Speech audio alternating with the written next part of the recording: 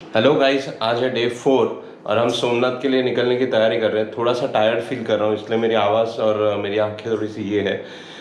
Don't mind that. But अब यहाँ से हमें कवर करने 250 किलोमीटर्स एंड अप्रॉक्सीमेटली 4 आवर्स का टाइम दिखा रहा है। और सोमनाथ के दर्शन 11 से 12:30 बंद रहते हैं, तो मेरा प्लानिंग ऐसा है कि 12:30 के बाद वहाँ पहुँचे, इसलिए थोड़ा सा लेट निकल रहे हैं। अदरवाइज़ अगर आप ये भी कर सकते हो कि आप अगर द्वारका से निकलते हो तो सुबह जल्दी भी निकल सकते हो 5:30-6 बजे के आसपास, ताकि आप 10-11 बजे तक द्वारका सोमनाथ पहुँच जाओ और वहाँ पे आराम से दर्शन करके फिर आप आगे गिर की तरफ निकल सकते हो। वहाँ से गिर कुछ अप्रॉक्सीमेटली 80 या 90 किलोमीटर्स है, तो हम वहाँ भी पहुँच जाएंगे। बाकी मैं मिलता हूँ आपको गाड़ी में और बाकी डिस्कशन हम गाड़ी में करेंगे। सो गाइस, आप देख सकते हो कितने सारे विंड मिल्स हैं यहाँ पर। यहाँ पर विंड एनर्जी के थ्रू इलेक्ट्रिसिटी प्रोड्यूस होती है यूजिंग दिस। और आप रोड्स भी देख सकते हो, ये कंक्रीट के रोड है। हालांकि हम लोग द्वारका से ज़्यादा दूर आए नहीं हैं, सिर्फ 4-5 किलोमीटर ही कवर किया होगा हमने। बट रोड्स यहाँ तक तो ठीक है, इसके आगे रोड्स आर गुड इनफ अभी तक तो। हमने जो रूट यूज़ कर रहे हैं, जो अब हम वो ये कर रहे हैं कि हम यहाँ से पोरबंदर जाएंगे और पोरबंदर से हम जाएंगे towards Somnath. And total distance वगैरह मैंने आपको आगे पीछे वीडियो में बता ही दिया था। तो अभी सिर्फ आप रोड एंजॉय करो, जो है जहाँ तक दिख सकते हो देखो, क्योंकि मेरे हिसाब से ये रोड ठीक है, अच्छा है। ये काफ़ी कंक्रीट का रोड है, लास्टिंग रोड है। गाइस, आप थोड़ा एंजॉय करो रोड को। मैं मिलता हूँ आपको डायरेक्टली उसके बाद आप सोमनाथ में स्टॉप लेने के बाद, या अगर हम पोरबंदर पे किसी काम से रुके तो रुके, नहीं तो प्लान तो यही है कि डायरेक्टली सोमनाथ जाके रुकेंगे। बिकॉज ज़्यादा डिस्टेंस है नहीं, 200 किलोमीटर्स है, विच इज़ ईजीली मैनेजेबल।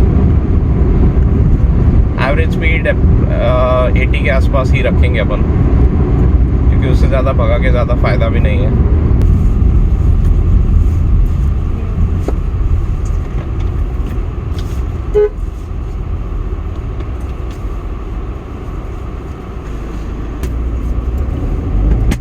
तो 120 रुपये कटे हमारे टोल पे। 120 रुपये देने का दुख नहीं है, प्रोवाइडेड रोड्स ऐसी हों पूरी अप टू पोरबंदर या नेक्स्ट टोल तक। क्योंकि क्या होता है, अगर रोड्स ख़राब होती है ना तो मज़ा नहीं आता गाड़ी चलाने का, टाइम बढ़ जाता है। और ओवरऑल मुझे ऐसा लगता है कि कहीं ना कहीं आपकी कंफर्ट और आपकी जर्नी थोड़ी ख़राब हो जाती है अगर रोड अच्छे ना हो। प्रोज एंड कॉन्स बताना चाहूँगा मैं आपको डांबर की रोड का और सीमेंटेड रोड का। सीमेंटेड रोड जो होती है ना, गवर्नमेंट के लिए तो अच्छा है, एक बार बना दिया, वन टाइम इन्वेस्टमेंट हो गया, ख़त्म। क्योंकि लास्ट करती है, बहुत लंबा लास्ट करती है, मतलब ईयर्स लास्ट करती है, जब तक कि इन्हें मैन्युअली कुछ खड्डा बटा करके खोदा ना जाए। और वहीं पर जो डांबर की रोड होती है, वो बिकॉज ऑफ हीट, डांबर जब गर्म होता है तो मेल्ट होता है, और मेल्ट होने की वजह से वो रोड खुल जाती है, तो मेंटेन करना महंगा पड़ता है। और ये नेगेटिव है डांबर की रोड का, कि भैया आपको मेंटेन बहुत करनी पड़ती है, और दूसरी चीज़ है तो लास्ट नहीं करती। ये हो गया गवर्नमेंट पॉइंट ऑफ व्यू से pros for concrete roads and cons for डांबर रोड्स और बिटुमेन रोड। लेकिन एट द सेम टाइम अगर आप ऐसा कार ओनर सोचो तो आपके लिए डांबर रोड ज़्यादा बेटर होती है, बिकॉज आपके टायर्स कम खाता है। और दूसरा चीज़ है कि आपको गाड़ी को जो स्टेबिलिटी की ज़रूरत पड़ती है, यानी जो सरफेस के साथ आपका टायर कांटेक्ट करता है तो पकड़ के चलता है अच्छे से। वहीं पर जो डाउन साइड है कंक्रीट रोड का, वो ये है कि टायर को आपके उतना अच्छा ग्रिप नहीं मिलता है जितना मिलना चाहिए एक रोड से। एंड आपका टायर भी जब टर्निंग आती तो ज़्यादा घिसता है compare to tarmac road. So as a owner tarmac roads आपके लिए ज़्यादा बेटर होते हैं, but from government perspective cement roads are much better. और दूसरी चीज़, डांबर के रोड आपके टायर्स को कम गर्म करते हैं, बिकॉज वो फ्रिक्शन जो पैदा करता है वो कम पैदा करता है compare to cemented road. Cemented road friction ज़्यादा पैदा करता है, उसकी वजह से होता ये है कि आपका टायर ज़्यादा गर्म होता है। तो जो चीज़ ज़्यादा यूज़ हो, ज़्यादा गर्म होगा टायर तो डेफिनेटली टायर पिघलेगा कंपेयर टू रोड। तो ये है कुछ pros and cons tarmac road का और सीमेंटेड रोड का। But from government point of view definitely government तो यही सोचेगी ना, भाई सीमेंट रोड बना तो एक बार बनाया, झंझट खत्म, चाहे कितना भी लोड लेके जाओ, कुछ भी करो, ये रोड को कुछ नहीं होने वाला। वहीं पर डांबर का रोड होगा तो वो जैसे ही धूप की गर्मी से पिघल जाएगा और उस पर अगर पानी गिरा बारिश का तो वो रोड खोल देगा वो। इसका एक ऑल्टरनेटिव बहुत अच्छा एक इंडियन साइंटिस्ट ने निकाला था, आई थिंक कोई साउथ साइड का ही कोई बंदा था, कि आप अगर डांबर के अंदर प्लास्टिक को मिक्स करते हो, जो अपने जो प्लास्टिक यूज़ करते हैं अपन, थैलियाँ जिसको बोलते हैं, घर पे सब्जियाँ वब्जियाँ लाने के लिए यूज़ करते हैं, उसने कहा था कि वैसे भी वो डिकम्पोज तो होता नहीं ऑटोमेटिकली, तो क्यों ना उसको ही अगर रोड में हम मिक्स कर दें डांबर के साथ में और फिर उसका अगर रोड बनाएं तो ये होगा कि इवन अगर डांबर गर्म होके खुलेगा तो इलास्टिसिटी रहेगी उसके अंदर। प्लास्टिक एक्सपैंड होने की कैपेसिटी रखता है तो उसमें वो इलास्टिसिटी रहेगी। अगर वो इलास्टिसिटी रहेगी तो रोड जल्दी से ख़राब नहीं होंगे। लेकिन इंडिया तो इंडिया है ना, कहाँ ऐसे अच्छे अच्छे लोगों की वैल्यू होती है और कहाँ ऐसी टेक्नोलॉजी की कि अगर वो टेक्नोलॉजी यूज़ करने लग जाए हम रोडों पर तो गवर्नमेंट का जो कॉन्ट्रैक्टर है उसकी दुकान कैसे चलेगी। रोड ख़राब होगा फिर वो बनाएगा, 100 करोड़ का अलॉटमेंट होगा तब मिनिस्टर को 25 करोड़ मिलेगा, कॉन्ट्रैक्टर को 25 करोड़ मिलेगा, वो पैचवर्क करेगा, रोड वापस वैसी की वैसी 2 साल 6 महीना निकलेगा नहीं, बारिश आएगी फिर रोड पे खड्डे, फिर वही हालत। तो ये सब चलना चाहिए ना, उनका धंधा चलना चाहिए, इसलिए वो ऐसी चीज़ों पर ध्यान नहीं देते।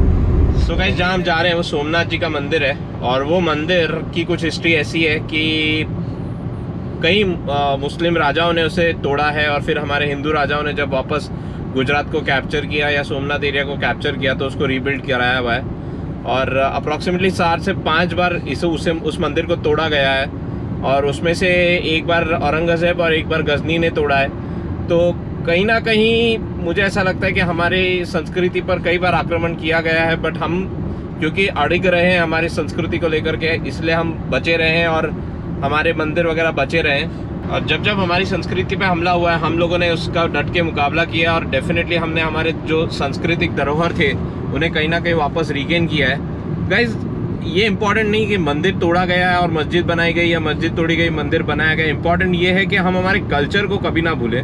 क्योंकि अगर आप अपने कल्चर से डिटैच हो जाओगे ना, अगर आप अपने पास्ट या अपने जो ग्लोरियस हिस्ट्री है उससे अगर आप डिटैच हो जाओगे ना तो डेफिनेटली आपका एग्जिस्टेंस एक बहुत बड़ा सवाल बन जाएगा। तो हम ये नहीं बोलते कि हमें हिंदू ही रहना, कट्टर बनना चाहिए, लेकिन जब हमारी संस्कृति या हमारी इश्यूज़ पर बात हो ना तो हमें डेफिनेटली उसे डिफेंड करना चाहिए। भले हमें ज़्यादा पता हो ना हो, लेकिन हमें कोशिश करनी चाहिए कि हम अपने कल्चर को डिफेंड करें। कहीं ना कहीं सही गलत हम आपस में डिस्कस करके बाद में डिसाइड कर लेंगे, लेकिन जब तीसरा आदमी जब उसके बारे में सही या गलत का फरमान जारी करता है या हमें कोशिश करता है कंफ्यूज करने की या कोशिश करता है हमें बरगलाने की, तब डेफिनेटली हमें उससे डिफेंड करना चाहिए हमारे कल्चर को, ना कि हमें उससे ये हो जाना चाहिए कि नहीं यार हाँ हमारा तो कल्चर ही ऐसा है वैसा है ये वो। नहीं, हम जो रिलीजन है हमारा हिंदू रिलीजन जो है बहुत साइंटिफिक रहा हुआ है पास्ट में। ऐसा नहीं है कि हमने रात को कुछ डिसाइड किया हमारे घर पूर्वजों ने और सुबह उठ के उसको नियम और कायदे में बना दिया और लागू कर दिया। आप देखोगे तो हम हमारे पास्ट में या हमारी हिस्ट्री में अगर आप देखोगे हम हर चीज़ की पूजा करते हैं, चाहे वो झाड़ हो, चाहे जानवर हो, चाहे ज़मीन हो, चाहे वो भगवान हो, हर चीज़ को हमने एक समान रखा है, हर चीज़ को हम एक समान ट्रीट करते हैं। लेकिन कहीं ना कहीं ऐसा हो गया ना कि हमें हमारे कल्चर को इतना डिग्रेड कर दिया गया है कि हम कहीं ना कहीं उससे मतलब बोलते हैं ना बहुत लाइटली लेने लग गए। थोड़ा हमें रिसर्च करना चाहिए और जो भी मैं बोलता हूँ सेक्युलर नेचर के लोग हैं उन्हें थोड़ा सा रिसर्च करना चाहिए हिंदू कल्चर के बारे में, हिंदू जो हिस्ट्री रही है उसके बारे में। डेफिनेटली कुछ ना कुछ उनको पॉजिटिव मिलेंगे और उससे वो सीखेंगे। आखिरी बार ये मंदिर 1951 में बनाया गया था और आफ्टर इंडिपेंडेंस जब जूनागढ़ हमारे इंडिया में मर्ज हो गया तब डेप्यूटी प्राइम मिनिस्टर अपने पटेल जी ने और मुंशी जी ने जाकर गांधी जी को पूछा कि गांधी जी हमारा ऐसा मानना है कि क्यों ना हमें सोमनाथ मंदिर वापस बनाना चाहिए करके। तो उन्होंने कहा कि ठीक है चलो बना लो, बट ये चीज़ ध्यान रहे कि ये स्टेट स्पॉन्सर ना करे इस मंदिर के लिए। मतलब आप समझ रहे हो कि स्टेट, मतलब गवर्नमेंट, स्टेट गवर्नमेंट या कंट्री की जो गवर्नमेंट है, सेंट्रल गवर्नमेंट, उसका वो पैसा दे मंदिर बनाने के लिए। मतलब गांधी जी भी कमाल करते हैं यार, हिंदू राष्ट्र है, हिंदुओं का देश है, और उधर मंदिर बनाने के लिए सेंटर पैसा नहीं देगा, लेकिन जो कलेक्शन आएगा उस मंदिर से उसका पार्ट सेंटर ले सकता है। तो कुछ सही है, मतलब हमें लूटा जा सकता है, बट गवर्नमेंट हमारे मंदिर बनाने के लिए पैसा नहीं दे सकती, मगर मंदिर के पैसे पे गवर्नमेंट का अधिकार है। Double standards. एनीवेज, फिर 1951 में अप्रूवल्स मिले, सब किया गया, और उसको रिकंस्ट्रक्शन, उसका काम चालू किया गया, और फिर वो मंदिर रिकंस्ट्रक्ट किया गया। तो 1951 में ये मंदिर कंप्लीट हुआ, और जो अपने पहले प्रेसिडेंट थे मिस्टर राजेंद्र प्रसाद जी, उनको मुंशी जी ने बुलाया और इस मंदिर का उद्घाटन करवाया, और जो सारी सेरेमनीज और रिचुअल्स होने थे वो हुए। बट कहीं ना कहीं मैं दोस्तों यही कहूँगा कि हमें एकजुट होना होगा, और हमारी संस्कृति को हमें ही बचाना होगा। ये नहीं होना चाहिए हिंदू मुस्लिम सब रहो, शांति से रहो, कोई दिक्कत नहीं है, लेकिन सिर्फ ये चीज़ का ध्यान रहे कि कहीं जहाँ हमारा अधिकार है उसको हम ना छोड़ें, जो चीज़ हमारी है वो हमारी ही रहे, और उसे मेंटेन करने की रिस्पॉन्सिबिलिटी हमारी हो। तो गाइस, इसी के साथ मैंने आपको सोमनाथ की थोड़ी बहुत हिस्ट्री बताई है, और ये बताने की कोशिश की है कि ये मंदिर कितनी बार तोड़ा गया, कितनी बार रीबिल्ड हुआ, और फाइनली किसने इसको रीबिल्ड किया और कैसे रीबिल्ड हुआ। तो उम्मीद करता हूँ कि जितनी हिस्ट्री मैंने आपको बताई है वो बेसिक्स पॉइंट ऑफ व्यू से बताई थी, कि थोड़ा बहुत हिस्ट्री पता होना चाहिए, इसलिए। तो उम्मीद करता हूँ कि यहाँ तक आपको मेरा व्लॉग पसंद आया होगा, और इसी के साथ मैं अब आपको मिलूँगा सीधा सोमनाथ में मंदिर के दर्शन के बाद। दर्शन से पहले वहाँ पर अलाउड तो है नहीं कैमरा वगैरह अंदर, तो मैं ले जा पाऊँगा नहीं। दर्शन करके आऊँगा, फिर आपको ज़रूर मंदिर बाहर से दिखाऊँगा कि कैसा दिखता है, क्या है। बहुत से अलग व्लॉग्स में आपने देखा ही होगा कि क्या है क्या नहीं, बट स्टिल मेरा काम है, मैं आपको ज़रूर दिखाऊँगा एक बार वो। तब तक guys, just look at this here, just look at this, such a beautiful road.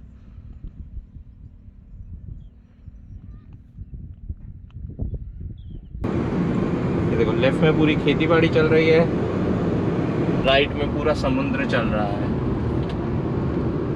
Guys, हम लोग सोमनाथ मंदिर के पार्किंग में पहुंच चुके हैं, और आप देख सकते हो मेरे पीछे जो सारी जगह है ये सब पार्किंग के लिए है। एंड बेस्ट पार्ट है जो ऊपर का शेड है, इधर ऊपर का जो शेड है ये पूरा ये सोलार पैनल से बना हुआ है। उससे इतनी इलेक्ट्रिसिटी जनरेट हो जाती है ताकि जितनी रिक्वायरमेंट है इस पार्किंग के लिए वो फुलफ़िल हो जाए।